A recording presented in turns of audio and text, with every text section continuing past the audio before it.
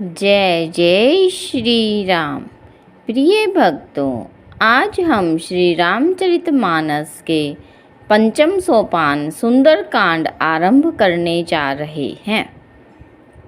आप सभी ध्यानपूर्वक सुने और जो नए श्रोतागण हैं जिन्होंने अभी तक हमारे चैनल को सब्सक्राइब नहीं किया है, वह हमारे भक्ति चैनल भक्ति में शक्ति को सब्सक्राइब अवश्य कर लें।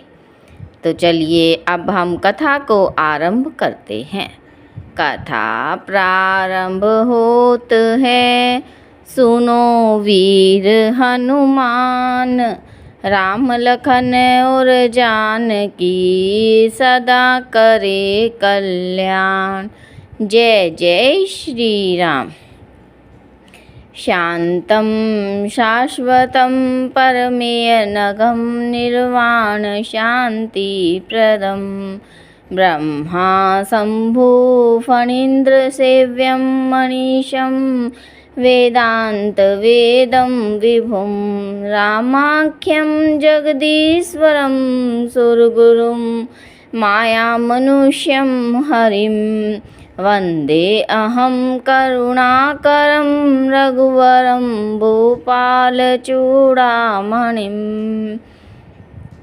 इस श्लोक का अर्थ है शांत, सनातन, अप्रमेय, परमाणु से परे, निष्पाप, मोक्ष रूप, परम शांति देने वाले, ब्रह्मा, शंभु और शेष जी से निरंतर सेवित, वेदांतों के द्वारा जानने योग्य, सर्वव्यापक, देवताओं में सबसे बड़े, माया से मनुष्य रूप में दिखने वाले, समस्त पापों को हरने वाले, करुणा की खान, रघुकुल में श्रेष्ठ तथा राजाओं के शिरोमणि, राम कहलाने वाले जगदीश्वर की मैं वंदना करता हूँ।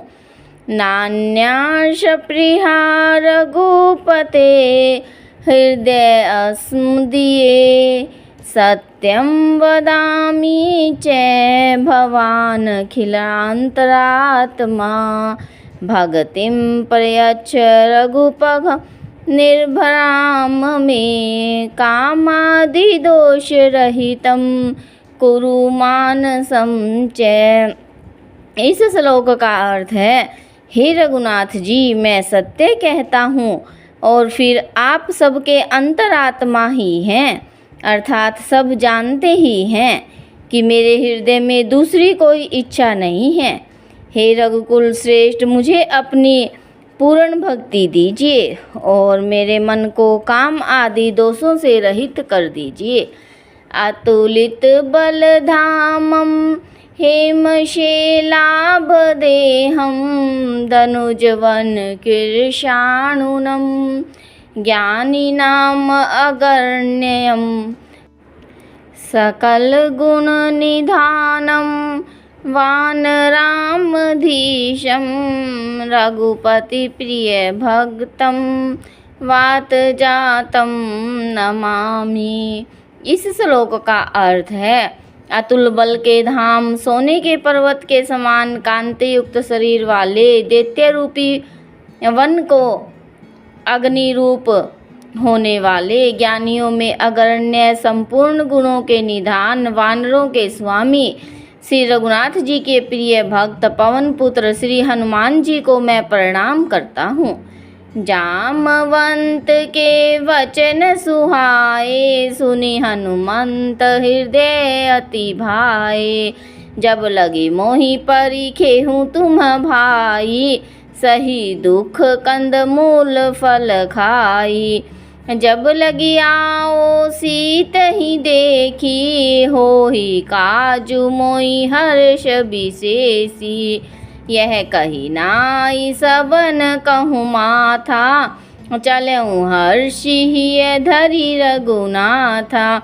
इन चौपाइयों का अर्थ है, जामवान के सुंदर वचन सुनकर हनुमान जी के हृदय को बहुत ही भाए।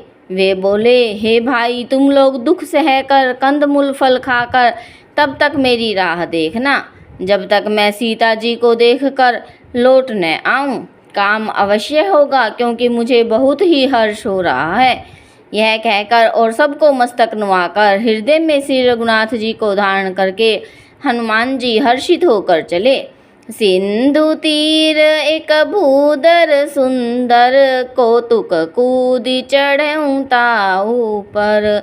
बार बार रघुबीर संभारी, तर क्यों पवन तने बल भारी।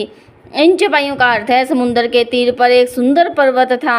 हनुमान जी खेल से ही कूदकर उसके ऊपर जा चढ़े। बार बार श्री रघुवीर का स्मरण करके अत्यंत बलवान हनुमान जी उस पर बड़े वेग से उछले।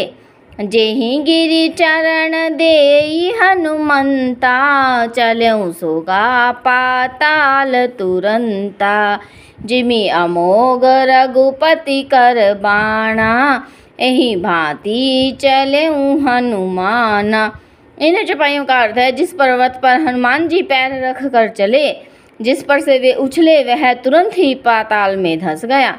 श्री रघुनाथ जी का अमोघ बाण चलता है, उसी तरह हनुमान जी चले। जल निधि रघुपति दूत बेचारी, ते में नाक होहि श्रमहारी।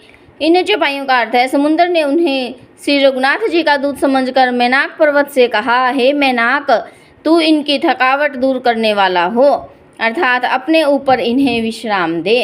हनुमान तेहि पर साकर, पुनि कीन प्रणाम। रामा पुनि कीन प्रणाम। राम काजु कीने बिनु, मोहि कहाँ विश्राम। सियावर राम जय जय राम, मेरे प्रभु राम जय जय राम। इस दोहे का अर्थ है, हनुमान जी ने उसे हाथ से छू दिया, फिर प्रणाम करके कहा, भाई श्री रामचंद्र जी का काम किए बिना मुझे विश्राम कहाँ। जय जय श्री राम। कथा विसर्जन होत है, सुनो वीर हनुमान।